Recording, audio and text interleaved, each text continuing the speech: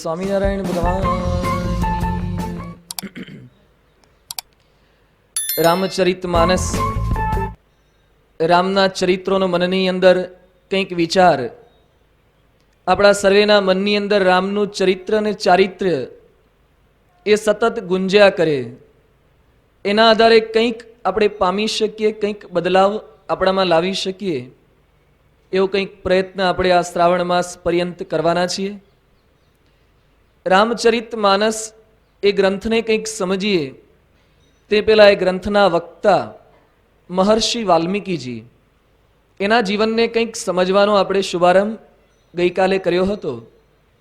એક સંતનો અનુગ્રહ, એક સંતની કૃપા એ વ્યક્તિમાં કેટલો બદલાવ લાવી શકે છે, વ્યક્તિને કેટલી કક્ષા સુધી એ પહોંચાડી શકે છે, એ ગઈકાલે આપણે જોયું હતું.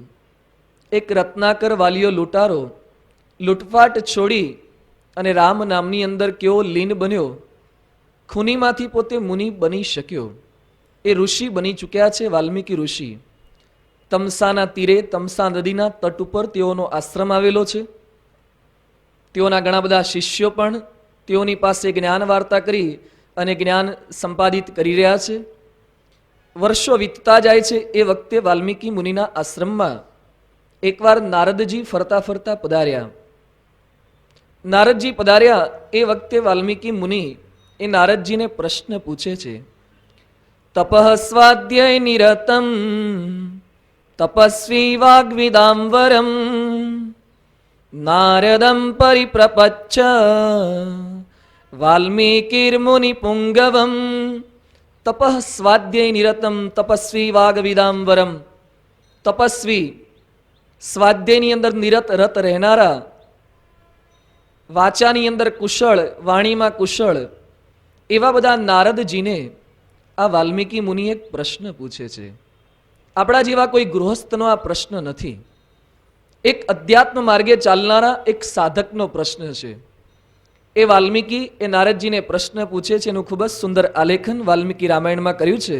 શું પૂછી રહ્યા છે? કોન્વસ્મિન સાંપ્રતમ લોકે ગુણવાન કસ્ય વીર્યવાન ધર્મજ્ઞસ્ય કૃતજ્ઞસ્ય સત્યવાક્યો દૃઢવ્રતઃ ચરિત્રેણ ચ કો યુક્તઃ સર્વભૂતેષુ કો હિતઃ વિદ્વાન કઃ કઃ સમર્થસ્ય કશ્ચૈક પ્રિયદર્શનઃ આત્મવાન કો જિત ક્રોધો દ્યુતિમાન કો અનસૂયકઃ કસ્ય બિભ્યતિ દેવાસ્ય જાતરોષસ્ય સંયુગે એતદ ઇચ્છામિ અહં શ્રોતુમ પરમ કૌતૂહલમ હિ મે. વાલ્મીકી મુનિ એ નારદજીને પ્રશ્ન પૂછે છે. હું એક એવા વ્યક્તિની શોધમાં છું. કોનું? અસ્મિન સાંપ્રતમ લોકે. આ લોકની અંદર જે ગુણવાન હોય, ગુણેથી યુક્ત હોય, જે વીર્યવાન હોય, તેજસ્વી હોય, જેનામાં શક્તિ હોય, ધર્મજ્ઞસ્ય, સાથે સાથે ધર્મ પાળનારો, ધર્મ જાણનારો હોય. જુદા જુદા વિશેષણો આપણે લક્ષમાં રાખશું. વાલ્મીકી મુનિ કેવા વ્યક્તિની શોધની અંદર છે? જે ગુણવાન હોય, જે પરમ તેજસ્વી હોય, સાથે સાથે ધર્મનિષ્ઠ હોય, કૃતજ્ઞસ્ય, કરેલા કૃત્યને પોતે જાણનારો હોય અથવા પોતાની રીતે પરિપૂર્ણ હોય, કૃતજ્ઞ હોય, સત્ય વાક્યો, જે પોતાના વચનમાંથી ક્યારેય ચલાયમાન ન થતો હોય, સત્યની અંદર એની નિષ્ઠા હોય, પ્રતિષ્ઠા હોય, દૃઢ વ્રત, જે કંઈ વ્રત લીધું હોય એનું પાલન કરનારો હોય. દાણાપાણાની શરૂઆત કરી હોય અને છેવટે એક ટાણાએ પહોંચી જાય મહિનો પૂરો થતા, એવો ન હોય. એ દૃઢ વ્રત એકવાર નક્કી કર્યું એટલે છેક સુધી એનું પાલન કરનારો હોય. ચરિત્રેણ ચ કો યુક્ત, ચરિત્રથી, પોતાના ચારિત્રથી સાથે સાથે યુક્ત હોય, એટલે કે શીલવાન હોય, ચારિત્ર્યવાન હોય. સર્વભૂતેષુ કો હિતઃ, જેણે દરેક જીવ પ્રાણી માત્રનું હિત કરવાની જ ઈચ્છા હોય. કેવળ ઈચ્છા નહીં, એના માટે પાછો પ્રયત્ન કરતો હોય. હજુ આગળ નારદજી પૂછે છે કેવા વ્યક્તિની મારે શોધ છે? વિદ્વાન હોય, પાછો શાસ્ત્રનો જાણનારો હોય, એની અંદર મતિ, શુદ્ધ મતિ હોય, વિદ્વાન હોય.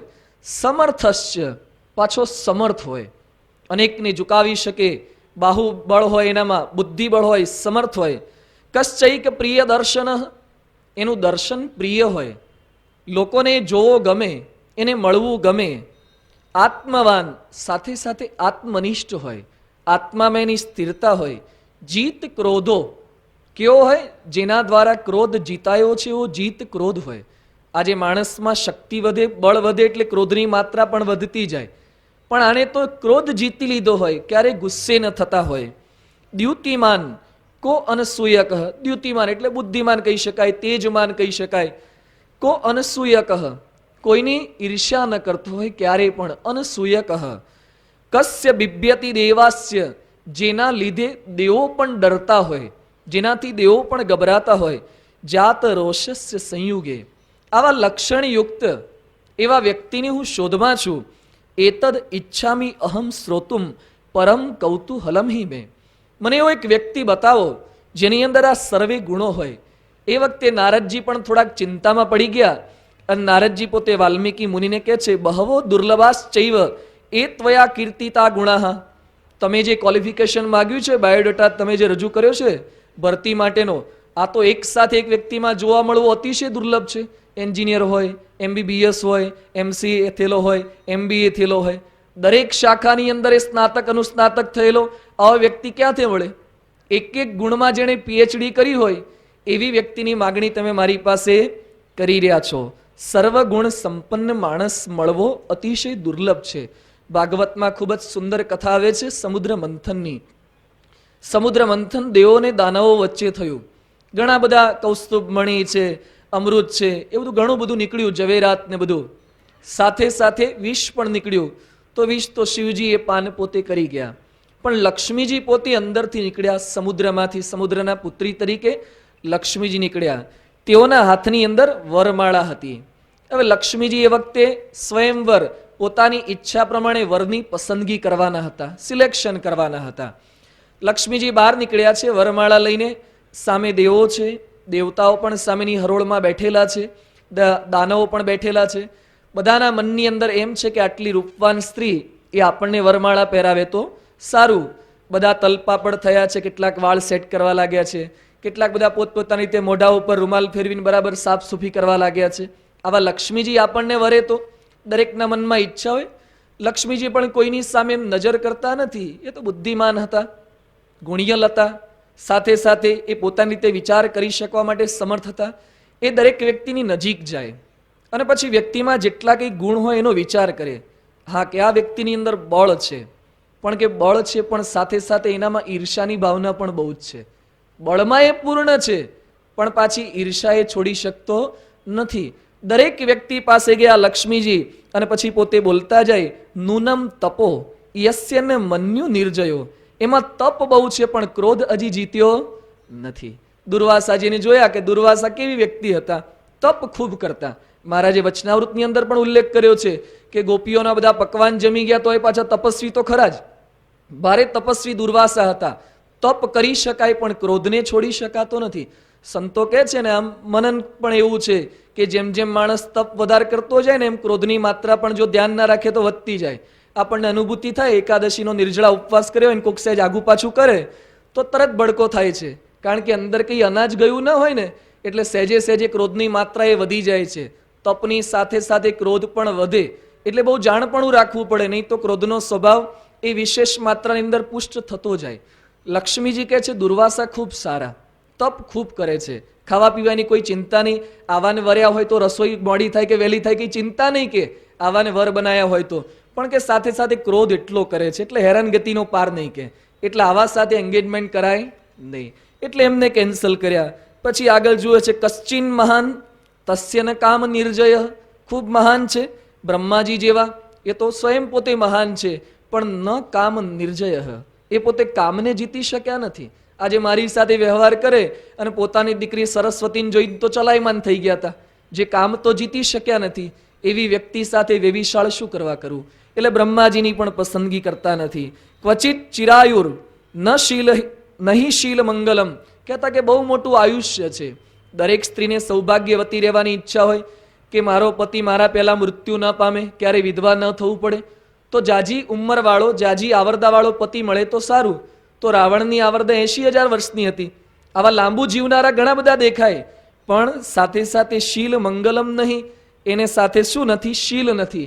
એનામાં પાછી ચારિત્રની ખોટ છે, અતિશય અભિમાન છે, માની છે, અહંકારી છે, એટલે એને પણ રિજેક્ટ કરે છે.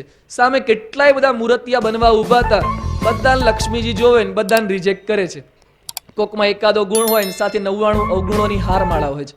કોકમાં 2-3 ગુણ હોય ને બાકી બધા અવગુણ હોય. આટલા બધાને જોયા પણ કોઈ સર્વગુણ સંપન્ન ન મળ્યું. છેવટે વિષ્ણુ ભગવાન એક દેખાયા કે જેમાં કોઈ અવગુણ નહોતો, સર્વગુણ, બધા ગુણેથી ભરેલા હતા. ગુણ સાગર એવા ભગવાનને પોતે વર્યા.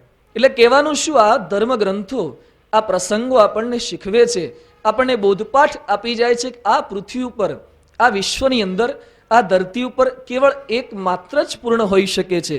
ઓમ પૂર્ણમદઃ પૂર્ણમ ઇદમ પૂર્ણાત પૂર્ણમ ઉદચ્યતે. કોણ પૂર્ણ છે? કેવળ એક ભગવાન પૂર્ણ છે. ભગવાન સિવાય કોઈ ક્યારે પૂર્ણતાનો દાવો કરી જ ન શકે કે આપણે સંપૂર્ણ છીએ. આપણે કોઈ પૂર્ણ નથી. દરેક વ્યક્તિ તરફ આપણે નજર કરીએ તો વ્યક્તિમાં કંઈક ગુણો દેખાય, સાથે સાથે અપૂર્ણતા, બીજા દોષોથી ભરપૂર પણ સાથે એટલા જ હોય છે. માઇકલ જેક્સનની વાતો સંતો ઘણી વખત કરે છે. પૂર્ણ શેમાં? નૃત્ય કળાની અંદર પૂર્ણ, એની તોલે કોઈ ના આવી શકે.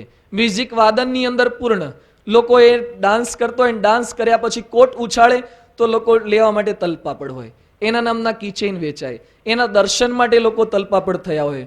મુંબઈમાં પધાર્યા હતા, એક છોકરીના હાથ ઉપર હાથ મૂક્યો તો છોકરી મહિના સુધી નાહી નહોતી કે આનો માઇકલ જેક્સનનો સ્પર્શ થઈ ગયો. આવા બધા લોકો એના આશિક હોય છે, એને ચાહનારા હોય છે. નૃત્યમાં 100% પૂર્ણ, એની તોલે કોઈ ના આવી શકે.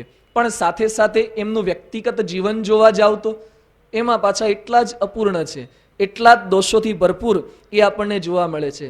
અત્યારે થોડાક સમયથી એક ખાન સાહેબ બોલિવૂડના બહુ ચમક્યા છે, સલમાન ખાન, બરાબર, ન્યૂઝપેપરની અંદર બહુ પૂર્ણ લાગે છે નૃત્ય કળામાં, ફિલ્મની અંદર.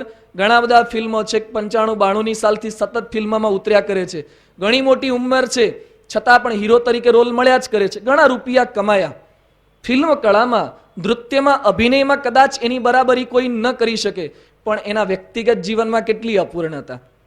આજે હું નથી કહેતો, આજે સમગ્ર સમાજ કહે છે એના ઉપર કેટલા દોષારોપણ છે. થોડાક સમય પહેલા કઈ બોમ્બે ગાડી લઈને જતા હતા, 3 જણાને ઉલાડીને જતા રહ્યા હતા. પછી તો જેલમાં જવાનો વખત આવ્યો, પણ આ લોકોને તો જેલમાં કોણ પૂરી શકે. અત્યારે પાછી દાઉદ સાથે 60 ગાંઠ, એના પણ પ્રશ્નો બધા ચાલે છે. નૃત્ય કળામાં પૂર્ણ, વ્યક્તિગત જીવનમાં દેશ સાથેની દગાબાજી, બેઈમાની, એ બધામાં પાછા એટલા જ દોષોથી ભરપૂર જોવા મળે. કપિલ દેવને યાદ કરી લઈએ, ફિલ્મ જગતને યાદ કર્યું, ક્રિકેટ જગત ખૂબ પૂર્ણ, વર્ષોથી ભારતને વર્લ્ડ કપની અંદર જીતાવવામાં પણ એનો ફાયદો, એનો ઘણો મોટો ફાળો હતો. ખૂબ સારા ઓલરાઉન્ડર કહેવાય ભારતના, વફાદારીથી રમતા હોય એવું વર્ષોથી બધાને લાગતું હતું. પણ મેચ ફિક્સિંગમાં રડવાનો વારો આવ્યો. ન્યૂઝપેપરમાં કપિલ દેવનો રડતો ફોટો આવતો હતો, ટીવીની અંદર પણ રડતા બતાવવામાં આવ્યા. અત્યાર સુધી પૂર્ણ લાગતા હતા, પણ દેશ સાથેની ઈમાનદારી જાળવી ન શક્યા. એમાં એટલા જ અપૂર્ણતાથી એ બધા એ પોતે બહાર આવી જતા હોય છે. એટલે બહારથી આપણને ઘણા પૂર્ણ લાગતા હોય છે, પણ અંદર ઘણા બધા દોષો એનાથી પોતે ભરેલા હોય છે. ક્રિકેટની વાત કરી, ફૂટબોલની અંદર એવા ડિયોગો મેરાડોના, બ્રાઝિલનો, આ પોતે બ્રાઝિલ કે આર્જેન્ટિનાનો, એ પોતે સારામાં સારો ફૂટબોલર કહેવાય, બહુ સારું રમી શકતો, પણ વ્યક્તિગત જીવનમાં ડ્રગ્સનો એટલો જ વ્યસની, જેલમાં જવાનો વારો આવ્યો અને સસ્પેન્ડ પણ એને કરવામાં આવ્યા. કેમ? વ્યક્તિગત જીવન ખરાબ. ફિલ્મ જગત સારું હોય, ક્રિકેટ જગત સારું હોય, રમત ગમતના ક્ષેત્રની અંદર સારું રમી શકતો હોય.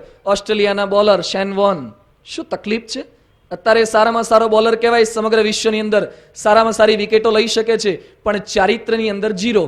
એની પત્ની હમણાં છૂટાછેડા આપવાની ઘોષણા કરી દીધી છે. કેમ? સારું ક્રિકેટ રમી શકાય, પણ વ્યક્તિગત જીવનમાં ઘણા બધા દોષોથી ભરપૂર હોઈ શકે છે.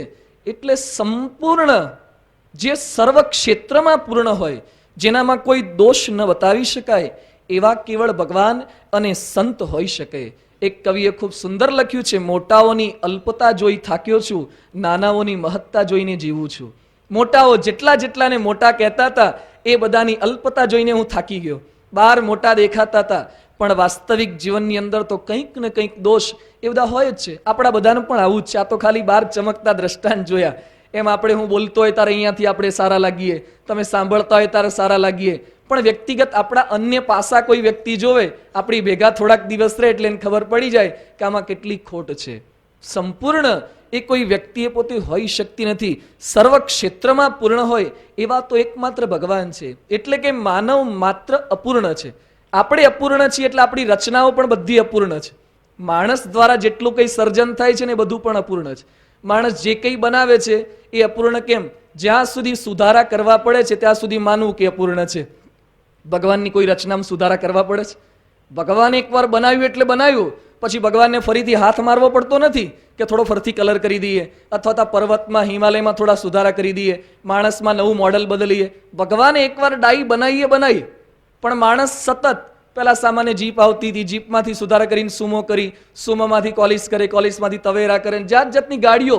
એકની એક કંપનીવાળા પણ સતત સુધારા કેમ કર્યા કરે છે? કારણ કે એને ખબર છે કે સુમો આમ સારી છે પણ પાછી બહુ એવરેજ બરાબર આપતી નથી અને અવાજ બહુ કરે છે, એટલે કે કોલિસ લાવો.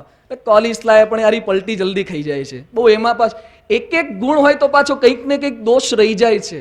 બરે રનિંગ એનું સારું હોય, એવરેજ બહુ ઓછી આપતી હોય. આ પેટ્રોલનો કૂવો છે કે પેટ્રોલ બહુ ખાઈ જાય છે. જો એક પણ સર્જન જો આ કુદરતનું નહીં અને આ માણસનું સર્જન જો કંઈકમાં કંઈક ગુણ હોય તો સાથે સાથે એટલા દોષ એમાં ભરપૂર છે. જ્યારે ભગવાનનું પ્રત્યેક સર્જન એમાં આપણે દોષ કાઢી શકીએ એવું નથી. માણસો પછી કાળાના ધોળા કરે એ બધું આપણી રીતે કરીએ છીએ, બાકી ભગવાનને જરૂર લાગતી નથી આ સુધારો આપણા મોડેલમાં કરવાની. ભગવાન જાણે છે કે આ જે બનાવ્યું છે બધું બરાબર જ છે.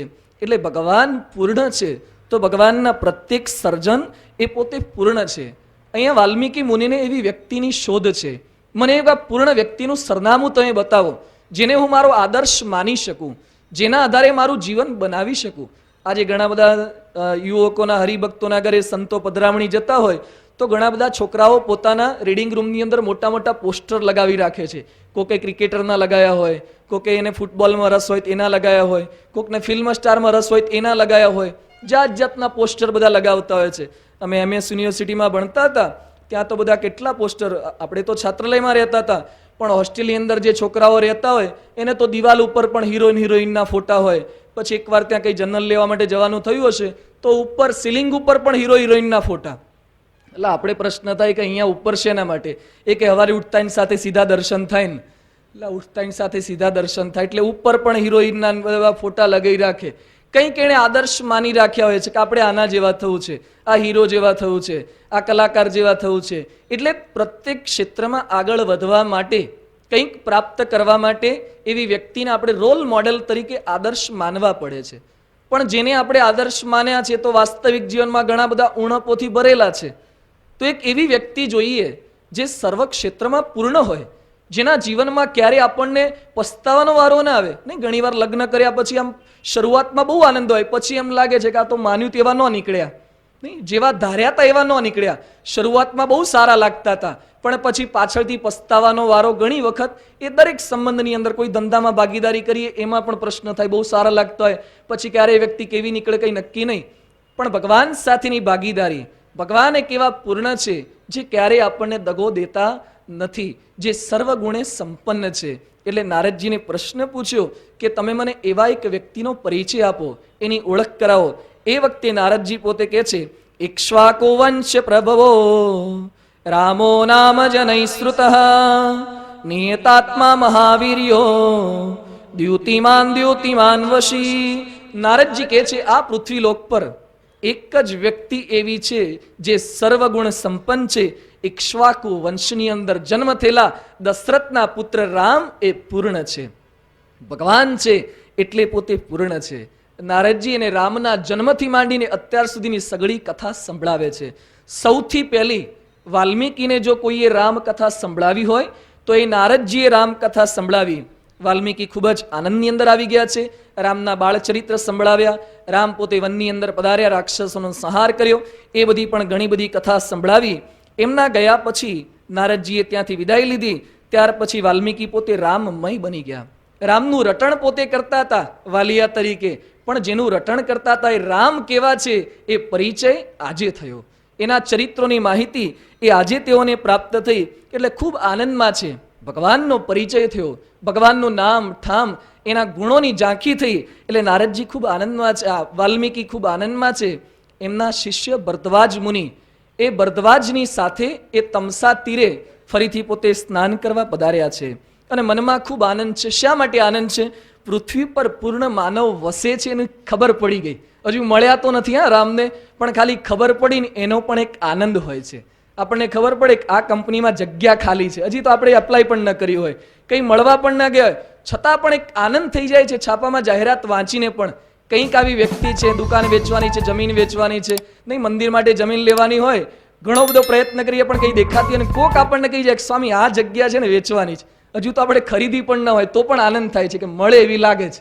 પ્રયત્ન કરીએ ના પણ મળે, પણ ખાલી જાણ થાય એનો પણ એક આનંદ હોય છે. એમ વાલ્મીકીને નારદજી દ્વારા જાણ થઈ કે એવી વ્યક્તિ આ પૃથ્વી ઉપર વસે છે, એટલે ખૂબ આનંદમાં આવી ગયા. આનંદમાં આવી ગયા પછી નદી કિનારે ગયા તો સૃષ્ટિ પણ બધી ખૂબ આનંદમાં લાગવા લાગી. પક્ષીઓ કલરવ કરતા તેમને ગમવા લાગ્યું. નદી વહેતી હતી એનો અવાજ, એ કલકલ કરતો જે અવાજ હતો એ પણ આનંદમાં, એ પણ એમને પ્રફુલ્લિત કરવા લાગ્યો, કારણ કે મનમાં આનંદ હતો. મનમાં જો આનંદ હોય ને તો બહાર બધે આનંદ લાગે છે. મન આપણું પ્રફુલ્લિત હોવું જોઈએ. મન શું ખાલી શરીરમાં જો સ્વસ્થતા ના હોય ને તો બહારનો આનંદ નથી આવતો. તાવ આવી ગયો હોય અને પછી કોઈ સારી વાનગી આપે તો એ આપણને ગમતી નથી, કારણ કે શરીર આપણને સાથ આપતું નથી. પેટ સાફ ના આવ્યું હોય ને તોય આનંદ ના આવે. બોલો, પેટ સાફ આવ્યું હોય ને બરાબર તો પણ પછી મોઢા ઉપર જે પ્રફુલ્લિતતા હોય છે અને પછી જે આપણને બહારની વસ્તુ બધી સારી લાગે છે, પણ પેટમાં 3 દિવસથી કબજિયાતનો દુખાવો રહેતો હોય અને પછી એ ભગવાનના દર્શન, એ પૂજા, બોલો પૂજા એની જ રહે છે, પણ સુખ કે આનંદ નથી આવી શકતું, કારણ કે પેટ શુદ્ધ નથી થયું, શરીર સાફ નથી થયું. તો જ્યાં સુધી મન પણ સાફ ન થાય તો ત્યાં સુધી કોઈ બહારનો આનંદ આવતો નથી. અહીંયા વાલ્મીકી મુનિનું મન શુદ્ધ થયું હતું, એ ભગવાનથી પોતે યુક્ત બન્યું હતું, એટલે બહાર એને આનંદ આવે છે. પોતાના શિષ્ય સાથે એ નદીની અંદર પોતે સ્નાન કરી રહ્યા હોય છે. એ વખતે એમણે સામે ક્રૌંચ પક્ષીનું યુગલ જોયું. ક્રૌંચ પક્ષીની જ્ઞાતિ છે, જાતિ છે. એ પતિ પત્ની પોતે સાથે બેઠા હતા અને પરસ્પર કંઈક વાર્તાલાપ કરી રહ્યા છે. પક્ષીની ભાષાની અંદર પરસ્પર હેત પ્રીતથી એકબીજાને ખવડાવી રહ્યા હતા, મળી રહ્યા હતા, સુખ દુઃખની વાતો એ પક્ષીઓ કરી રહ્યા હતા. આ વાલ્મીકીએ પોતે આ બે પક્ષીઓની પ્રણય લીલા જોઈ અને પોતે ખૂબ આનંદ પામ્યા કે વાહ, ભગવાનની રચના કેવી છે, ભગવાને પક્ષી કેવા બનાવ્યા છે, અને પક્ષી પણ કેટલી આત્મીયતાથી રહે છે. એને કંઈ રહેવા માટે બીજું કોઈ ઘર નથી, બીજું કંઈ પહેરવાના કપડાં નથી, છતાં પણ ક્યારે પતિ પત્ની ઝઘડતા નથી, ખૂબ શાંતિથી રહે છે. એમ આ પોતે વિચાર કરતા હતા, એ પક્ષીને જોતા હતા. એ જ વખતે અચાનક કોઈ ખૂણામાંથી સનન કરતું એક તીર આવ્યું અને ક્રૌંચ પક્ષીના એ યુગલમાંથી જે નર હતો, જે પુરુષ પક્ષી હતું, એનો વધ કરી નાખ્યો. તરત જ પક્ષી ત્યાં મરી ગયું, મૃત્યુ પામી ગયું અને એકદમ તરફડવા લાગ્યું. એ વખતે પેલી માદા હતી. હવે આપણે કંઈ હોઈએ તો પેલાને પકડવા જાય, પાછળ દોડવા જાય, કંઈક સામે કોર્ટમાં કેસ કરે, પણ આ બધું પક્ષીઓમાં શું હોય? એ લોકો તો ન્યાય ને અન્યાયના બધા કાવા દાવાથી પર છે બિચારા, બીજું શું કરી શકે? એટલે તો સતત પોતી જોયા કરી, પોતાનો પતિ પોતાની નજર સમક્ષ આમ તરફડી રહ્યો છે. એટલે માદા જે પક્ષી હતું એકદમ ચિત્કાર કરી ઉઠ્યું છે, એકદમ પોતે રુદન કરવા લાગ્યું છે. વાલ્મીકીએ આ દ્રશ્ય જોયું કે થોડીક ક્ષણો પહેલા કેટલું આનંદમાં પરિવાર હતો. એણે પેલા પારધીનું, શિકારીનું શું બગાડ્યું હતું, છતાં શિકારીએ વધ શા માટે કર્યો, નરને શા માટે વીંધી નાખ્યો? આ તડફડાટ, આ દુઃખ, આ રુદન એ વાલ્મીકી પોતે ન જોઈ શક્યા. એ રડી પડ્યા, એનું હૃદય રડી પડ્યું અને મુખમાંથી, એમના મુખમાંથી એ ઉદ્ગાર નીકળી પડ્યો, મા નિષાદ પ્રતિષ્ઠામ ત્વમ અગમઃ શાશ્વતી સમા યત ક્રૌંચ મિથુનાદેકમ અવધિ કામ મોહિતમ. હે નિષાદ, હે પારધી, હે શિકારી, સમગ્ર જીવન પર્યંત તું શાંતિ નહીં પામી શકે. તે ખૂબ મોટું પાપ કર્યું છે. પેલા પક્ષીઓએ તારું શું બગાડ્યું તું, છતાં પણ તે શા માટે વધ કર્યો? એ યુગલને તે શા માટે વિક્ષેપ પહોંચાડ્યો, શા માટે દુઃખી કર્યા? એટલે પારધીને, પેલા શિકારીને પોતે શાપ આપી દીધો. શાપ આપ્યા પછી અસ્વસ્થ બની ગયા, કારણ કે ઋષિ હતા. ઋષિને કોકનાથી કંઈક કહેવાઈ જાય પછી પણ પાછા અસ્વસ્થ બની ગયા. આમાંય આપણે પણ ગુસ્સે થઈ ગયા પછી થોડીક વાર ગુસ્સો સારો લાગે, પણ ગુસ્સો ઉતરી જાય પછી કોઈ પણ માણસ બેચેન બની જાય છે, અસ્વસ્થ બની જાય છે. એમ વાલ્મીકી ઋષિ પણ થોડાક અસ્વસ્થ બની ગયા. પણ સાથે સાથે એમને એક આશ્ચર્ય થયું કે એમના દ્વારા જે શાપ બોલાયો એ છંદબદ્ધ વાણીની અંદર બોલાયો છે.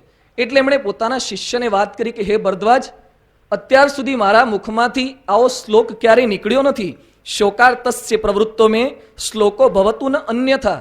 આ શોકને લીધે મારા મુખમાંથી આ શ્લોક નીકળી પડ્યો. ખરેખર મને આશ્ચર્ય થાય છે કે આવો શ્લોક કેમનો નીકળ્યો.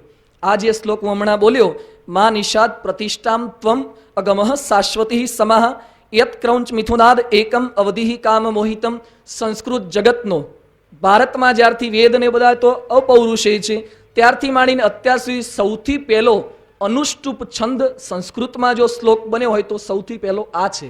એટલે બહુ પ્રસાદીનો, બહુ ઐતિહાસિક આ શ્લોક છે. એટલે વાલ્મીકી મુનિને આશ્ચર્ય થયું કે આવો શ્લોક મારા મુખમાંથી કેમનો સરી પડ્યો. સંસ્કૃત સાહિત્યનો પ્રથમ અનુષ્ટુપ છંદ. પોતે મનની અંદર આ વિચાર, કંઈક આનંદ છે આવો શ્લોક મુખમાંથી નીકળ્યો એટલે. સાથે સાથે પેલી પક્ષીનું હત્યા જોઈ, પેલા નરને મરતા જોઈ પોતાની નજર સમક્ષ, એટલે એનું પણ સાથે સાથે દુઃખ છે. મનમાં એક વિચાર આવે છે કે લોકો અહિંસા શા માટે કરતા હશે. આ વાલ્મીકી મુનિ જે વર્ષો પહેલા શું કરતા હતા? હિંસા જ કરતા હતા ને. પેલા એ તો ખાલી પક્ષીને માર્યો છે, તમે તો માણસોના ધડથી માથા જુદા કરતા હતા. તમે એ જ વાલિયા હતા, છતાં પણ સંતની કૃપાથી કેવું પરિવર્તન થાય છે. ગઈકાલે પરિવર્તનની વાતો કરી હતી. કેટલી કક્ષા સુધી માણસનું પરિવર્તન સંત કરી શકે છે. જે માણસના મસ્તક વધેરતા અચકાતો નહોતો, એ આજે એક પક્ષીને મરતું જોવે છે, એ પોતે સહન કરી શકતો નથી. સ્વામીજીના પ્રતાપની પણ, એમના પ્રભાવની ગઈકાલે વાતો કરી હતી.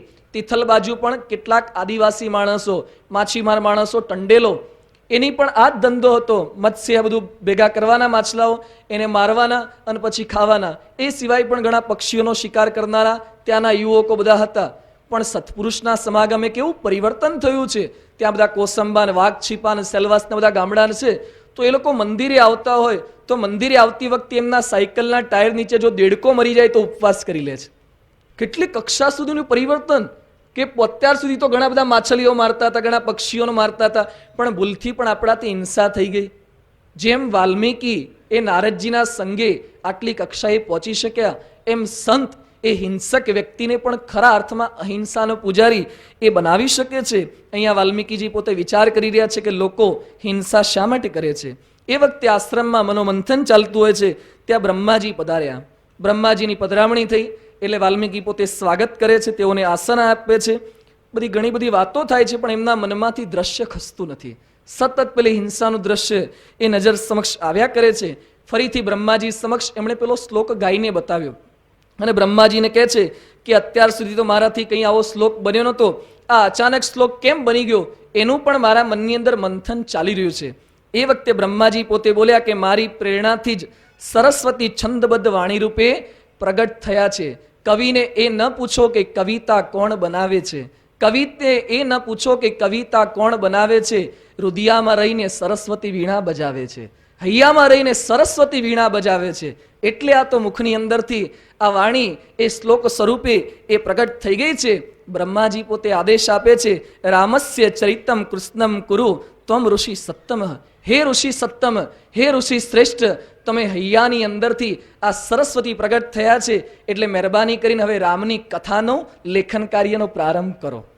વાલ્મીકીને સૌથી પહેલી રામકથા લખવાની આજ્ઞા કરી બ્રહ્માજીએ એ કથા કરવાની આજ્ઞા પોતે કરી છે. નારદજીએ તમને આખી કથા તો સંભળાવી દીધી છે. એ સિવાય હું તમને આશીર્વાદ આપું છું કે જેટલું નારદજી બોલ્યા છે એ સિવાયના રામના ચરિત્ર જો રહી ગયા હોય તો હું તમને અંતર્યામી શક્તિ આપી દઉં છું. તમે ત્રિકાળ જ્ઞાની બની જશો અને તમને રામના જન્મથી માંડીને અદ્યાપી પર્યંત જેટલા કંઈ ચરિત્ર છે તમારી નજર સમક્ષ દેખાશે એ બધા તમે ગ્રંથસ્થ કરી દો. ત્યાર પછી બ્રહ્માજી કહે છે, ન તે વાગ અંધૃતા કાવ્યે કાચિદ અત્ર ભવિષ્યતિ કુરુ રામ કથામ પુણ્યામ શ્લોકબદ્ધામ મનોરમામ. તમારી કથામાં એક પણ અસત્યનો દોષ નહીં આવે. આ બ્રહ્માજીનું વરદાન છે. એટલે પ્રમાણભૂત થઈ ગયો ને આખો રામાયણ ગ્રંથ. બ્રહ્માજીએ કહી દીધું કે અસત્યની એક ઝાંખી પણ નહીં થાય. જે કંઈ લખશો એ તમારાથી સત્ય જ લખાશે. અસત્ય તમારા મનમાં લખવાનો વિચાર આવશે તો પણ તમે નહીં લખી શકો. આ રીતે સત્યનું પ્રમાણ, સત્યની નિષ્ઠા એ બ્રહ્માજીએ પોતે કરાવી. અને ત્યાર પછી પોતે કહે છે, રામાયણને વરદાન આપતા બ્રહ્માજી પોતે કહે છે, યાવસ્તાસ્યન્તિ ગિરયઃ સરિતસ્ય મહીતલે તાવત રામાયણ કથા લોકેશુ પ્રચરિષ્યતિ. યાવસ્થાસ્યન્તિ ગિરયઃ, જ્યાં સુધી આ પૃથ્વી ઉપર પર્વતો રહેશે, સરિતસ્ય મહીતલે, જ્યાં સુધી આ પૃથ્વી ઉપર સરિતાઓ વહેતી રહેશે, તાવત રામાયણ કથા, ત્યાં સુધી પૃથ્વી ઉપર રામાયણ કથા એ અવિરત વહેતી રહેશે. આ બ્રહ્માજીએ આશીર્વાદ એ રામાયણની કથાને આપી દીધા. એક શોક એ ક્યાં સુધી પહોંચાડી શકે છે? આ કોનો શોક હતો? ઋષિનો શોક હતો. એટલે એમાંથી રામાયણનું સર્જન થયું. મારા તમારા શોકમાંથી રામાયણનું સર્જન ના થાય. શોકઃ શ્લોકત્વમ આગતઃ, કહેતા કે શોક એ શ્લોક સ્વરૂપે પરિણમ્યો. આપણો શોક પણ ઘણીવાર શ્લોક સ્વરૂપે બહાર નીકળે, પણ આપણા શ્લોક કેવા હોય છે ને? ઘણીવાર કહે છે ને મોઢામાંથી શ્લોક બોલવા લાગે છે, બહુ ગુસ્સે થાય એટલે મોઢામાંથી શ્લોક નીકળે, પણ એ શ્લોક કેવા હોય? પણ ઋષિનો શોક એ ખરેખર રામાયણ સ્વરૂપે નીકળ્યો છે. આજે માણસોને પણ શોક, આપણા જીવનમાં પણ શોક આવતો હોય, પણ વ્યક્તિને શોક વ્યાપે એટલે કેટલાક વ્યસન કરવા લાગે, કેટલાક એકાદું ફિલ્મ જોઈ આવે એટલે શોક ટળી જાય, કેટલાક બગીચામાં ફરવા જઈ આવે અથવા હોટલમાં કંઈક ખાઈ આવે એટલે શોક ટળી જાય. પણ ઋષિકી આપણા જેવા નહોતા કે આવો સામાન્ય મામૂલી ઉપાય કરે. એણે ચિંતન કર્યું, આવો શોક શા માટે થયો? કાયમી ઉપાય તરફ વળ્યા. જીવનમાં ક્યારેય શોક ન થાય એવી રામકથા. મને શોક થયો, પણ જ્યારે જ્યારે જે વ્યક્તિને શોક થાય એ રામકથાનું શ્રવણ કરશે એનો પણ શોક ટળી જાય, એવું કંઈક મારે સર્જન કરવું છે. બ્રહ્માજીની કૃપાથી, નારદજીના શુભાશીષથી એમણે આ ગ્રંથનું સર્જન કર્યું. એટલે કે વાલ્મીકી રામાયણના લેખક છે વાલ્મીકી મુનિ.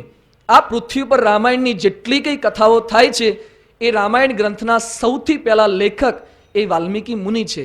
એ રામાયણ ગ્રંથ એની અંદર કેટલા શ્લોકો છે એનો પરિચય આપતા વાલ્મીકી રામાયણમાં જ લખ્યું છે. ચતુર્વિંશ સહસ્રાણી શ્લોકાન ઉક્તવાન ઋષિ તથા સર્ગ શતાન પંચષઠ કાંડાની તથોત્તરમ. આ વાલ્મીકી રામાયણમાં 7 કાંડ છે, 500 સર્ગ છે અને 24,000 શ્લોક છે.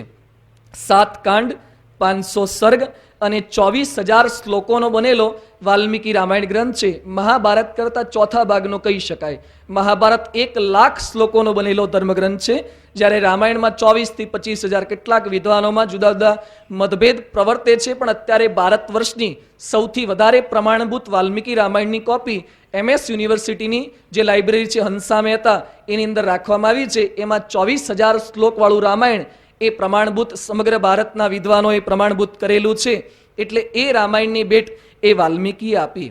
વાલ્મીકી લૂંટારા હતા શરૂઆતની અંદર, પણ રામનું એવું ચરિત્ર જોયું એટલે સહેજે સહેજે કવિ સમાન એ પોતે બની શક્યા.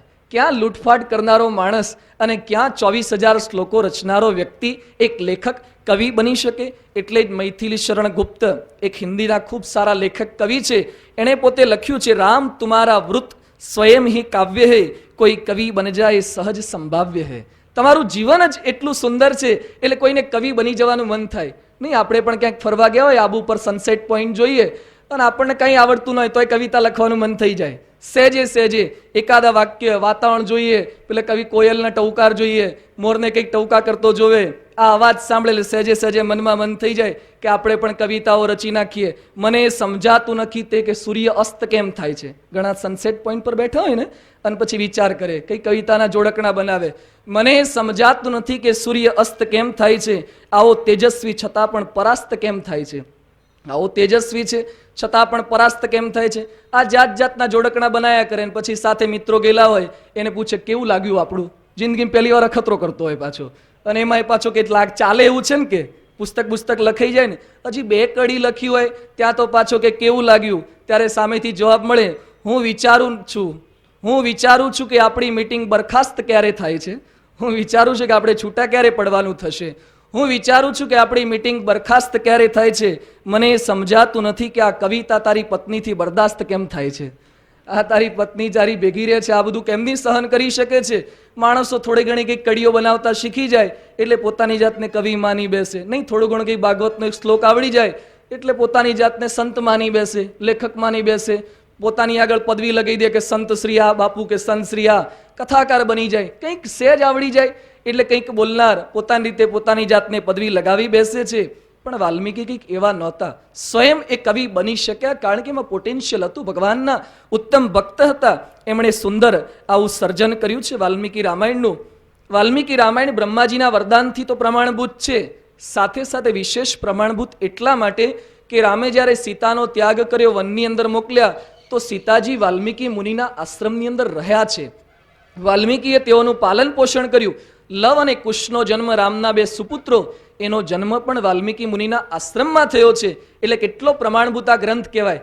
એમણે પોતાની નજર સમક્ષ જ સીતાનું શેષ જીવન, લવ કુશનો ઉછેર એમણે પોતે કર્યો છે અને ત્યાર પછી ગ્રંથની અંદર આ બધું લખ્યું છે. વિશેષ આનંદની વાત એ કે વાલ્મીકી રામાયણ આખું તૈયાર કર્યું.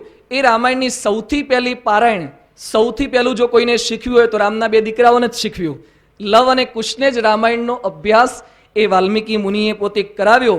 અભ્યાસ કરાવ્યા પછી વાલ્મીકી લવ અને કુશને આદેશ આપે છે કે મેં તમને જે રામાયણ શીખવ્યું છે, વાલ્મીકીએ આખું 24,000 શ્લોકવાળું એમને રામાયણ સંસ્કૃતમાં શીખવ્યું હતું. લવ અને કુશની બુદ્ધિ પ્રતિભા પણ કેટલી હશે કે 24,000 શ્લોક કંઠસ્થ કરી શકતા હતા. છાત્રાલયના નોટિસ બોર્ડ પર મૂક્યું છે કંઠસ્થ કરવાના શ્લોકો 10 કે 15 હોય તોય પણ આપણાથી એ મોઢે થતા ના હોય, તો આ 24,000 શ્લોકો એ કંઠસ્થ કરવાના અને એની પાછી પારાયણ કરવાની. લવકુશની ઉંમર 10 કે 12 વર્ષની સામાન્ય નાનકડી એની વય હતી. એ અયોધ્યાની શેરીમાં ફરી ફરીને રામાયણની કથા કહેતા. પોતાના બાપની વાત છોકરાઓ કરી રહ્યા છે, પણ એને ખબર નહોતી કે રામ અમારા બાપ છે. એ વખતે એને ખબર નહોતી. રામાયણ શીખવી ત્યાર પછી વાલ્મીકી પોતે રામાયણની પારાયણ કરવા માટે લવ અને કુશ જાય છે. એ વખતે લોકોને વચનબદ્ધ કરે છે. શું આદેશ આપે છે? લોભશ્ચાપી ન કર્તવ્ય સ્વલ્પોપી ધનવાંછયા કિમ ધનેન આશ્રમસ્થાનામ ફલ મૂલોપ જીવિતામ. વાલ્મીકી કહે છે કે રામાયણની કથા તમે કરજો, પણ લોભને વશ થઈને ના કરતા. ક્યારે? સ્વલ્પોપી ધન વાંછયા, સહેજ પણ ધનની ઈચ્છાથી, વાંછાથી, અભિપ્સાથી ન કરતા. પૈસા માટે ક્યારેય પારાયણ ન કરવી એવું સૌથી પહેલું રામાયણના લેખક જ કહી ગયા છે.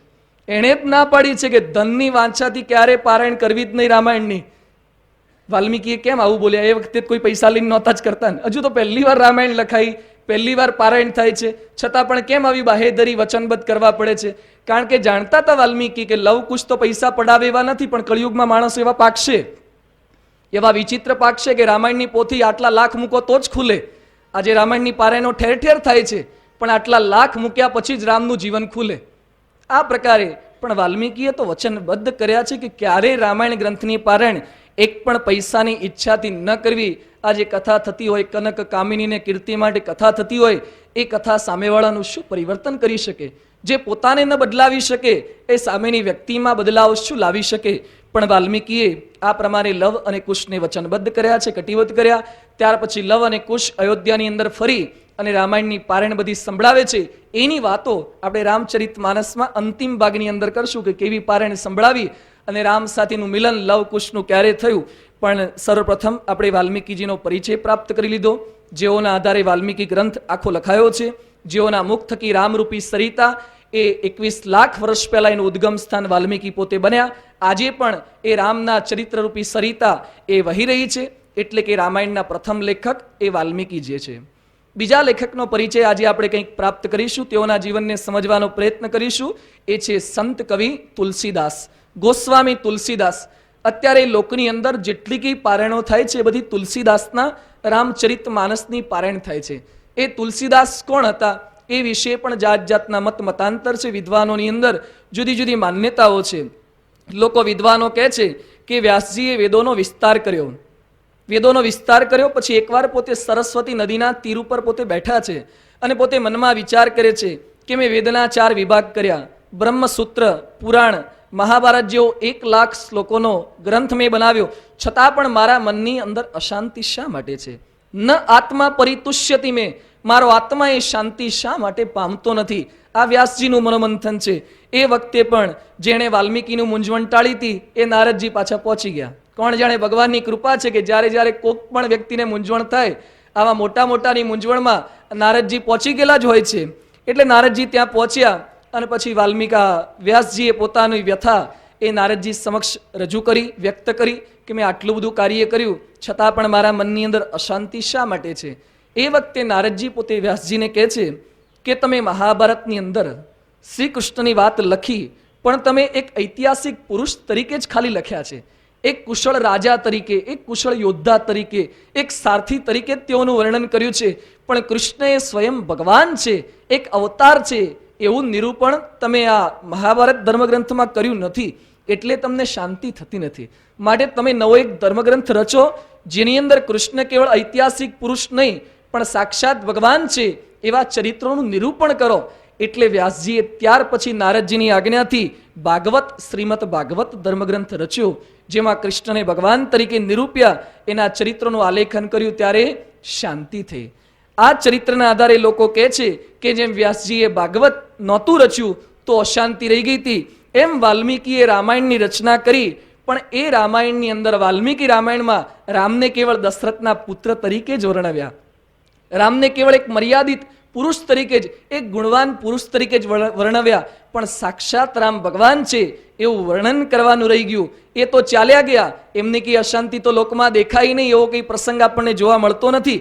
પરંતુ રામ ભગવાન તરીકે એ લોકોની અંદર ખ્યાતિ ન પામી શક્યા, એટલે પુનઃ એ જ વાલ્મીકી તુલસીદાસ બનીને પાછા આવ્યા કે મારાથી આટલું કંઈ સત્કર્મ કરવાનું, ભગવાનની ઓળખ કરાવવાનું કાર્ય એ રહી ગયું છે.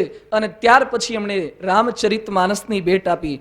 ભક્તમાળ જેણે રચ્યું છે એના કરતા નાભાજી પોતે તુલસીદાસ માટે લખે છે, સંસાર અપાર કે પારકો સુગમ રૂપ નવકો લયો કલી કુટિલ જીન વિસ્તાર હિત વાલ્મીકી તુલસી ભયો.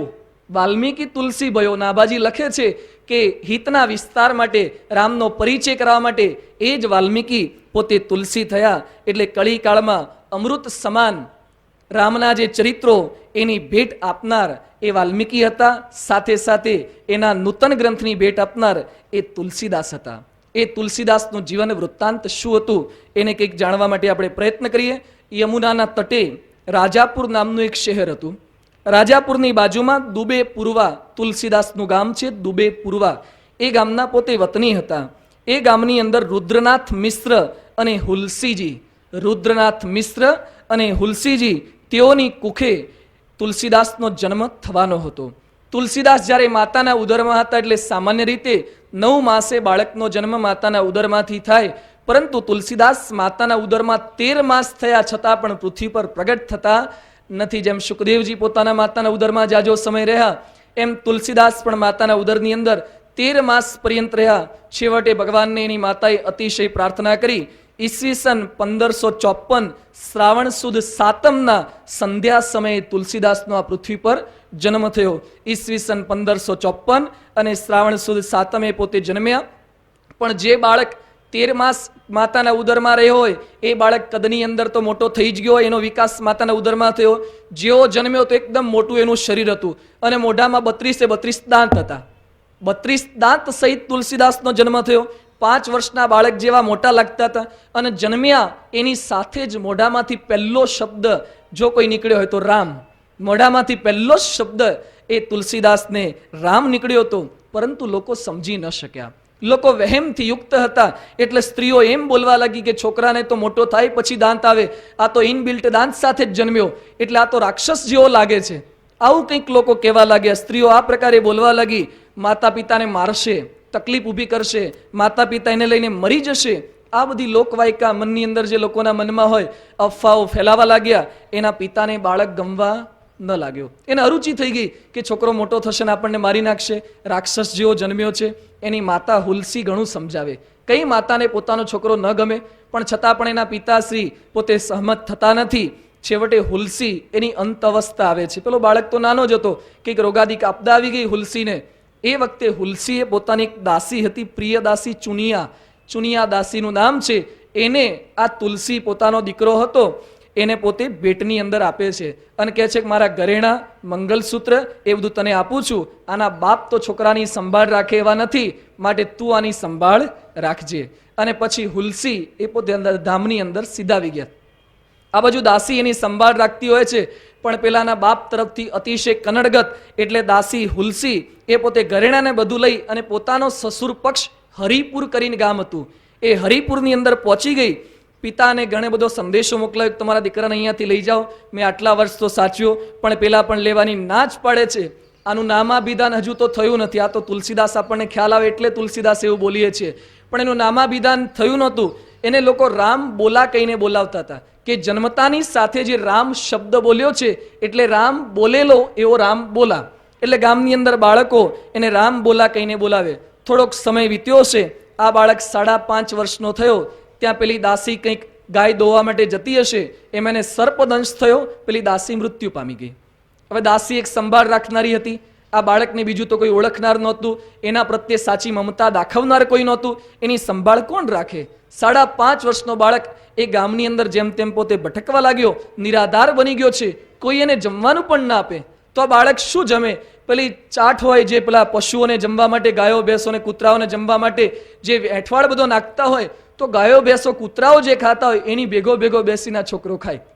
5.5 વર્ષનો બાળક છેવટે એને કોઈ જમવાનું ના આપે. ઘણી વાર તો ન મળે, પણ ભગવાનનો મોકલેલો આ રામનો દૂત હતો ખરેખરો. એટલે અન્નપૂર્ણા દેવી ઘણી વખત આવી એને ખીર જમાડી જતા હતા, એવો પણ આપણા શાસ્ત્રોમાં ઉલ્લેખ છે. આ રીતે મહિનાઓ વીતતા જાય છે. એ વખતે ચિત્રકૂટની અંદર નરહરાનંદ નામે એક સંત હોય છે. એ સંતને ખબર પડી કે હરિપુર ગામમાં એક નાનકડો બાળક છે, નિરાધાર છે, એની કોઈ સંભાળ રાખતું નથી. એટલે પોતે હરિપુર પહોંચ્યા અને હરિપુરના લોકોને કહે છે, આ છોકરાને હું લઈ જાઉં? એ કે કાલે લઈ જતા હોય તો આજે લઈ જાઓ, અમારે ક્યાંય કામનો છે. કારણ કે કંઈ ને કંઈ નાવા નીચોવાનું તો હતું નહીં. એ કે લઈ જાઓ ને કે અમે વધારાનો જ છે, કૂતરાઓના ભાગમાં આવવા દેતો નથી. આ પ્રકારની લોકોની માનીનતા લોકો ઓળખી શકતા નહોતા. પછી નરહરાનંદ એ પોતાની સાથે લઈ ગયા અને સંવત 1561 માઘ સુદ પંચમીએ એ બાળકને જનોઈ આપી. કારણ કે વિપ્રકુળની અંદર પોતે બ્રાહ્મણ કુળની અંદર જન્મેલા હતા. એને રામનો મહિમા સમજાયો, વિદ્યાભ્યાસ કરાયો, કૌમુદીનો અભ્યાસ કરાવ્યો. તુલસીદાસ કૌમુદી ભણેલા હતા. અષ્ટાધ્યાયીના સૂત્રો એને બધા શીખવ્યા. ત્યાર પછી વરાહ ક્ષેત્રની અંદર 5 વર્ષ પોતે ત્યાં રહ્યા, રામાયણની કથા સંભળાવી અને ત્યાર પછી નરહરાનંદ એ પોતાના શિષ્યની સાથે ફરતા ફરતા એનું નામ તુલસીદાસ પાડી દીધું છે. ફરતા ફરતા પોતે કાશી ગયા. પંચગંગા ઘાટનું એક નામ છે કાશીમાં. એ ઘાટ ઉપર શેષ સનાતનદાસજી નામે એક વૃદ્ધ સંત હતા. સનાતનદાસજી એને આ પોતે ગમી ગયો. રામ બોલા તુલસીદાસે પોતે ગમી ગયો. એટલે નરહરાનંદને કહે છે કે તમારી પાસે બીજા ઘણા ચેલા મળી જશે, આ ચેલો મને આપો ને. જેમ પેલાને આપણને ગૃહસ્થને છોકરામાં આસક્તિ હોય, એમ જણે સંસાર આખો છોડી દીધો એને આ બધા કંઈક ને કંઈક ચેલામાં આસક્તિ રહી જાય. એટલે એને આ માગી લે છે કે આ તુલસી, આ રામ બોલા એ મને આપો. એટલે પોતે એ શેષ સનાતનદાસજીને સુપ્રત કર્યા. 15 વર્ષ સુધી વેદોનો અભ્યાસ કર્યો. તુલસીદાસ ભણેલા હતા. એમણે આ હિન્દી ભાષામાં લખ્યું છે, એટલે સંસ્કૃત નહોતું આવડતું એમ નહીં. એણે 15 વર્ષ સુધી તો સંસ્કૃતનો અભ્યાસ કર્યો. 4 વેદ ભણ્યા, ષડ દર્શનનો અભ્યાસ કર્યો, ઇતિહાસ, પુરાણ, ન્યાય, કાવ્ય એ બધું જ ભણ્યા. પછી સમય જતાં એમના ગુરુજી પોતે ધામમાં સીધાવ્યા. એટલે પોતે પર્યટને નીકળ્યા. રાજાપુર ગયા. પોતાના ગામની અંદર જઈને જોયું તો પોતાના પિતાશ્રીનું મૃત્યુ થયું હતું. માવતર કુમાવતર થાય પણ પુત્ર કુપુત્ર ન થાય. અહીંયા એવું બન્યું, માવતર કુમાવતર થયા છે પણ તુલસીદાસ કુપુત્ર ન થયા. એણે પોતાનું પિંડદાન અર્પણ કર્યું, પિતૃ તર્પણ કર્યું અને પોતાના મકાનની અંદર સુધારો વધારો કરી અને પોતે ત્યાં રહેવા લાગ્યા છે. રામાયણની કથા એ પોતાના ગુરુ પાસેથી શીખ્યા હતા. સંસ્કૃત જ હજી તો શીખ્યા છે. પોતાની જાતે કોઈ ગ્રંથનું સર્જન કર્યું જ નથી. પણ એ સંસ્કૃતની અંદર કથા પોતે સંસ્કૃત બોલે અને ત્યાર પછી પ્રાદેશિક ભાષાની અંદર લોકોને પોતે સમજાવવા લાગ્યા. એક વખતે કઈ ઘટના એવી બની કે સરયુ તટે પોતે નાહવા માટે ગયા હશે. ત્યાં સામે તારીપતો કરીને એક ગામ હતું. તારીપતો એ ગામના ભરદ્વાજ ગોત્રના કેટલાક માણસો યમ દ્વિતીયાના દિવસે સ્નાન માટે પધાર્યા હતા. તુલસીદાસ પણ સ્નાન કરવા ગયા હતા. તુલસીદાસને જોયા અને સામે જે વિપ્રકુળના જે યજમાન હતા એને તુલસીદાસ ગમી ગયા. એણે સંકલ્પ કર્યો કે આ છોકરાને આપણો જમાઈ બનાવવા જેવો છે. એટલે તુલસીદાસની પાસે ગયા અને કહે છે મારી દીકરીનું, મારી પુત્રીનું પાણી ગ્રહણ કરો, એની સાથે તમે લગ્ન કરો. આ પ્રમાણે આગ્રહ કરે છે.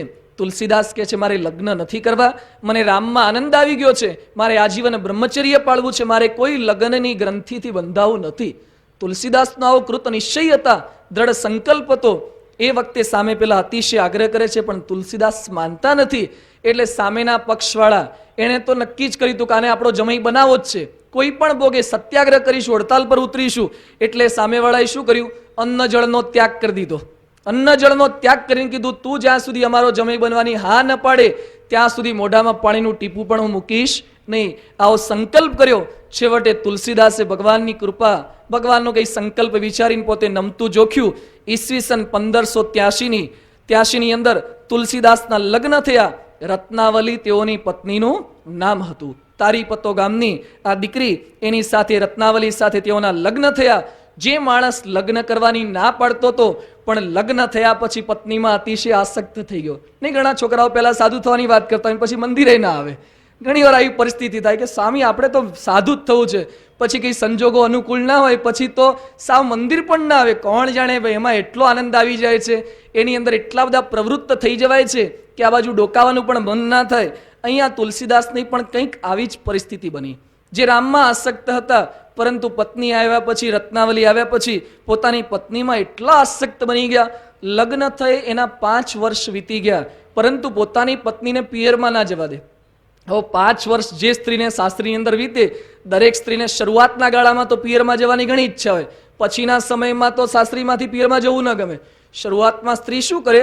સાસરીમાંથી પિયરમાં જાય, પિયરમાંથી વસ્તુઓ શરૂઆતમાં સાસરીમાંથી પિયરમાં લઈ જાય, પછી તો સાસરીમાં એટલું ફાઈ જાય ને તો પિયરમાંથી બધું ભેગું કરી કરીને સાસરીમાં લેતા જાય.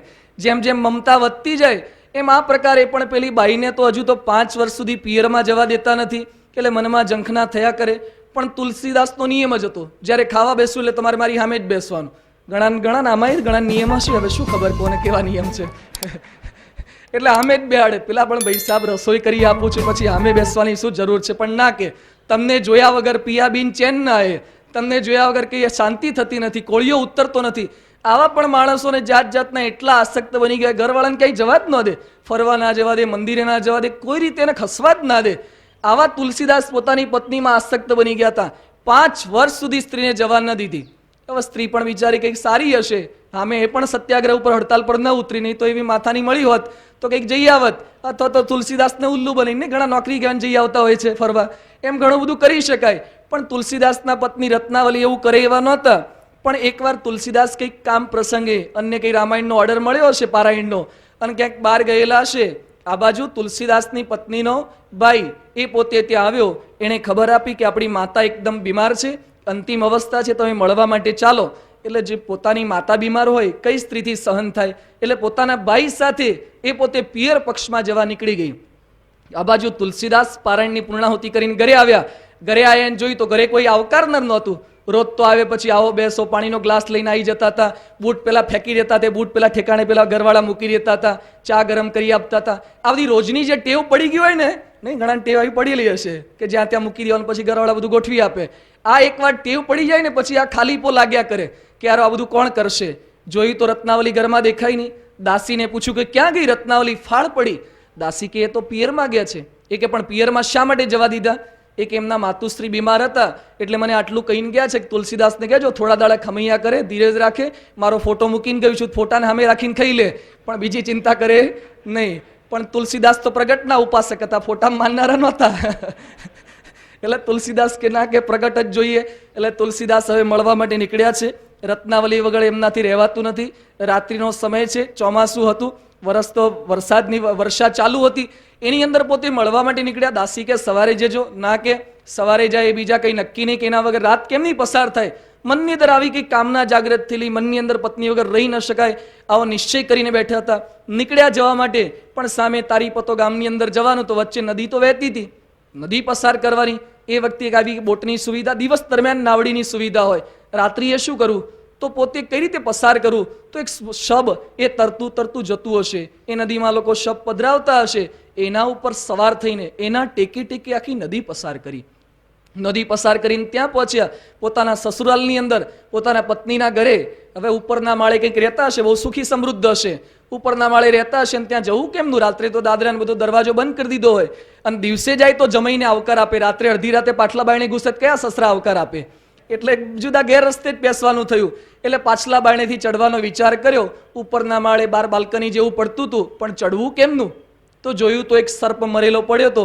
પણ તુલસીદાસ તો એ પણ જોયા વગર એને પકડીને લટકીને એ પોતે ઉપર ચડી ગયા. બહારનું ખખડાયું, એની પત્ની પોતાના રૂમની અંદર સૂતા છે. રત્નાવલી જાગી ગયા, જોયું કે કોણ છે અત્યારે?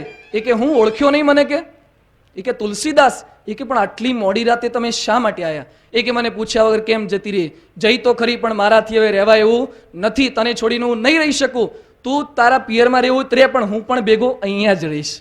આવો બધો સંકલ્પ કરીને પોતે આવ્યા હતા, એના વગર રહી નહોતા શકતા. એની પત્નીમાં કોણ જાણે ભગવાને પ્રેરણા કરી. એની પત્નીએ વિચાર કર્યો કે જે માણસ મારામાં આટલો બધો કામાસક્ત થઈ જાય. અત્યાર સુધી સંસારની તમામ સ્ત્રીઓ એ પોતાના પતિને કામ તો આપે જ છે, આજે આટલો દાખલો કરીને માણસ આવ્યો છે, એને મારે કામ નથી આપવો, મારે એને રામ આપવો છે. એની પત્નીએ સંકલ્પ કર્યો કે કામ તો ઘણા આપે, એનો માર્ગ મારે સુધારી દેવો છે, અને રામમાં જોડવા છે. એની પત્ની એ વખતે શબ્દો મારે છે, લાજ ન લાગત આપું કો દોરે આયા હું સાથ, દિક દિક ऐसे प्रेम को कहाँ कहो मैं नाथ, अस्थि चरममय देह मम तामे जैसी प्रीति, तैसी जो श्री રામમઃ હોત ન તૌ ભય ભીતિ. જેવી મારા હાડકા ચામડાના અસ્થિના આ દેહની અંદર તમને જેવી આસક્તિ છે, એવી આસક્તિ જો રામમાં થઈ જાય તો ભવની ભીતિ ના રહે. ભવસાગર તમે તરી જાઓ, આ મારા દેહની અંદર તમને એવું તો શું સારું લાગી ગયું છે, અડધી રાત્રે પણ તમે આવા કામાંત બનીને આવી ગયા છો? તુલસીદાસ કે શું કામાંત? કે તે મારા માટે સુવિધા તો ઊભી કરી હતી, તે સરસ મજાની બોટ ગોઠવી હતી. એટલે ભાઈ સાહેબ, બોટ નથી મેં મોકલી, શબ હતું, પણ તુલસીદાસ કામાંત બન્યા હતા. એ કે તે મારા માટે ઉપર ચડવા માટે દોરડું સરસ લટકાઈ રાખ્યું હતું, દોરડું નહોતું, જોયું તો સર્પ હતો. પણ માણસ કામાંત બની જાય, કામાસક્ત પુરુષ કિમ અકાર્યમ વિવર્જયેત. જે માણસ કામાંત બની જાય એ માણસ સારું શું ને નરસું શું એ કશી ગણતરી પણ પોતે કરી શકતો નથી. આજે જેટલા કંઈ સમાજમાં પ્રશ્ન થાય છે, ભગવાન સ્વામિનારાયણે શિક્ષાવત્રીમાં લખ્યું છે, સ્ત્રીયા ધનસ્ય વા પ્રાપ્તિ હિંસા કાર્યન સર્વથા. સ્ત્રી, ધન અને આ સત્તાની પ્રાપ્તિ માટે ક્યારે હિંસા ન કરવી, એટલે કે કામ માટે ક્યારે હિંસા ન કરવી. આજે જે માણસ કામાંત બને છે એને સત્ય અસત્યનો વિવેક રહેતો નથી. થોડાક સમય પહેલા પંચમહાલ જિલ્લામાં હાલોલ નામે ગામ છે. એ હાલોલની બાજુમાં મૂરધરી નામે એક નાનું ગામ છે. એ મૂરધરી ગામમાં જસવંતસિંહ નામે એક ઠાકોર રહેતા હતા. એ ઠાકોરની પત્નીનું નામ નૈનાબેન. લગ્ન થઈ આ લોકોને 2-3 વર્ષ જેવું થયું હશે. એ લોકોને એક સંતાનની પણ પ્રાપ્તિ થઈ. 6 માસનો મિતેશ નામનો દીકરો, 6 મહિનાનો મિતેશ નામનો દીકરો. પરંતુ પેલી નૈનાબેનને હજી પણ લગ્ન પહેલા કોઈક છોકરા સાથે સંબંધ હશે, એ સંબંધ હજી ચાલુ જ હતો. એટલે આ લોકોએ જસવંતસિંહને ખબર પડી ગઈ કે મારી પત્નીને હજી કંઈક બીજે કુણી લાગણી છે. એટલે શરૂઆત એણે પ્રેમથી સમજાવ્યા કે હોઈ શકે કે શરૂઆતમાં લગ્ન પહેલા કદાચ ક્યાંક મન ચોટ્યું હોય, પણ એ બધું છોડી દેવાનું. હવે આપણે સંસારમાં આપણે બંને લગ્ન ગ્રંથિથી જોડાયા છીએ, એટલે આ પ્રકારના વિચારનો, પ્રવૃત્તિનો તમે ત્યાગ કરી દો. પણ કોઈ રીતે પત્ની માની ન શકે, ઘણો બધો સમજાવવાનો પ્રયત્ન કર્યો. એ વખતે સસુર પક્ષના જસવંતસિંહને બધાએ કીધું કે તમે આવો બધો સંબંધ રાખો છો તો 6 મહિનાનો આ છોકરો છે એની સંભાળ કોણ રાખશે? કામાંત માણસ શું કરી શકે છે? ગુજરાત સમાચારમાં પ્રસંગ આવ્યો હતો, પેલી નૈનાબેને પોતાના દીકરાને 6 માસના દીકરાને લીધો કે આ નડે છે ને મને પેલા સાથે ફરવા જવામાં, એટલે 6 મહિનાના છોકરાને લઈને ગામના ચોરા ઉપર ગયા. એ પથ્થરના ઓટલા ઉપર મિતેશને પછાડીને મારી નાખ્યો અને જતી રહી. કામાંત સ્ત્રી કે પુરુષ શું કરે કાંઈ નક્કી નહીં. નેપાળની અંદર 7 જણાની હત્યા દીપેન્દ્રએ કરી. શા માટે કરી? અંધ બની ગયો. આંખોથી આંધળો નહોતો, કામથી અંધ હતો. જે માણસ કામથી અંધ બને એ ગમે તેવી ખોટી પ્રવૃત્તિ કરતા એ ક્યારેય અચકાતો નથી. અહીંયા તુલસીદાસ કામાંત બની ગયા છે, એ કામથી આંધળા થયા છે, કંઈ જોઈ શકતા નથી. એની પત્ની એની આંખો ખોલી આપી. આ પત્નીનું આદર્શ, પત્નીનું લક્ષણ છે. એને ભગવાનની અંદર જોડી આપ્યા અને ખરેખર એના શબ્દની અસર થઈ ગઈ. શબ્દ પર વિચાર કર્યો હોય તો અસર થાય. બાકી તો ઘણા શબ્દ આપણે પણ આવા સાંભળતા જ હોય છે ને કે ભગવાન ભજવા જોઈએ, કરવા જેવું તો આ છે, પણ ના. જેણે જેણે શબ્દ વિચાર્યા તેના સરિયા કાજ. જે વિચાર કરે છે એનું કાજ સરે છે. ગોપીચંદનો પ્રસંગ પણ કંઈક આવો જ આપણે સાંભળીએ છીએ કે ગોપીચંદ રાજા એ પોતાના ફળિયાની અંદર પોતે સ્નાન કરતા હોય છે, આરસના ઓટલા ઉપર, અને સુવર્ણની ડોલ, સોનાના કળશિયાની અંદર એ કેસર મિશ્રી જળથી દાસ અને દાસી એ ગોપીચંદને સ્નાન કરાવતા હતા. એ વખતે ગોપીચંદની પીઠ ઉપર અચાનક કંઈક ગરમ પાણીનું ટીપું પડ્યું એવી અનુભૂતિ થઈ. ગોપીચંદે નજર ઉપર કરી તો પોતાની માતા મેનાવતીએ ઝરૂખામાં ઊભા ઊભા રડતા હતા. એ વખતે ગોપીચંદ પોતે ઊભા થઈ ગયા અને માતા મેનાવતીને કહે છે કે માં, તારો દીકરો હું રાજકુંવર હયાત છું, તો તારે રડવાનો વખત કેમ આવ્યો? તું રડે છે કેમ? તારા સામે કોઈએ કુદ્રષ્ટિ કરી હોય તેની બંને આંખો ફોડી નાખું, કોઈ આંગળી ચીંધી હોય તેનો હાથ કાપી નાખું, કોઈ અપશબ્દ બોલ્યો હોય તેની જીભ કાપી નાખું, પણ માં તમે મને કહો કે હું રાજકુંવર હયાત છું ને તમે રડો છો કેમ? એ વખતેની માતા મૌન સેવે છે, કંઈ બોલતા નથી. ગોપીચંદ અતિશય આગ્રહ કરે છે, માં તમારી વેદનાનું કારણ, તમારા રુદનનું કારણ તમે મને જણાવો. એ વખતે માતા મેનાવતી કહે છે કે બેટા, આજે તને સ્નાન કરતા જોઈને તારા બાપની યાદ મને આવી. એ કે માં, સ્વાભાવિક છે કે તમે વિધવા થયા છો, મારા બાપુજીની યાદ આવી શકે, પણ માં એમાં તમે રડ્યા શા માટે? હું દીકરો તો હયાત છું. એ કે બાપની યાદ આવે એમાં આટલું બધું રુદન શા માટે? એ કે બેટા, એટલે રુદન નથી, પણ આજથી વર્ષો પહેલા તારા બાપ પણ આ રીતે જ સ્નાન કરતા હતા, એટલે મને રુદન આવે છે, એટલે રડું છું. એ કે એમાં વર્ષો પહેલા સ્નાન કરતા તેમાં પણ આટલું બધું રડવાનું શા માટે? એ કે દીકરા, એટલે રડતી નથી, વર્ષો પહેલા દાસ અને દાસી એને પણ આ રીતે કેસર મિશ્રિત જળથી સ્નાન કરાવતા હતા, પણ એની કાયા પણ રાખમાં રોળાઈ ગઈ. તો કે માં, મારે શું કરવું? બેટા, આજે મને વિચાર આવે છે કે તારી કાયા પણ શું રાખમાં રોળાઈ જશે? બેટા, કંઈક સત્કર્મ કરી લે, કંઈક ભગવાનના માર્ગે નીકળી પડ. એની માતાએ આ સંદેશો આપ્યો અને ગોપીચંદે શબ્દ વિચાર્યા. જેણે શબ્દ વિચાર્યા તેના સરિયા કાજ. વિચાર કર્યો ને પહેરેલે ભીને લુગડે ગોપીચંદ ત્યાંથી નીકળી ગયા માતાનો ત્યાગ કરીને. એમ અહીંયા તુલસીદાસની પત્નીના શબ્દ લાગ્યા રત્નાવલીના, લાજ ન લાગત આપું કો દોરે આયો હું સાથ. લાજ નથી આવતી, શરમ નથી આવતી કે પત્નીની પાછળ પાછળ પિયરમાં દોડીને આવી ગયા છો? અને ખરેખર તુલસીદાસને શબ્દ લાગી ગયા, એ નીકળી ગયા. તુલસીદાસે પોતાના પિયરમાંથી જ પોતાના ઘરનો પત્નીનો ત્યાગ કરી એ પોતે નીકળી ગયા, ગૃહસ્થનો વેશ ત્યાગી અને પોતે સાધુ બની અયોધ્યાની અંદર ફરતા ફરતા પહોંચ્યા. ત્યાંથી જગન્નાથપુરીની અંદર પહોંચ્યા. જગન્નાથપુરીની અંદર વાલ્મીકી રામાયણની હસ્તપ્રત એ પોતે ઉતારી લીધી છે. હવે એમાંથી રામચરિત માનસ બનાવવાનો પોતે સંકલ્પ કરી રહ્યા છે. રામચરિત માનસ એમણે શા માટે બનાવી? વાલ્મીકી રામાયણના સારા કથાકાર તો પોતે હતા જ, તો રામચરિત માનસની રચના કરવાની જરૂર શા માટે પડી? એ રામચરિત માનસ લખતી વખતે કેવો કેવો વિરોધ થયો છે. રામના ચરિત્ર હતા છતાં પણ લોકોએ વિરોધ કર્યો. તુલસીદાસના જીવનની અંદર પણ લોકોએ કેવા કેવા વિઘ્ન નાખ્યા છે. એ વિઘ્નોની વચ્ચે પણ તુલસીદાસે કેવી સ્થિરતા રાખી છે એની વાતો આપણે આવતીકાલે કરીશું. શ્રી સ્વામિનારાયણ ભગવાનની જય. સ્વામિનારાયણ.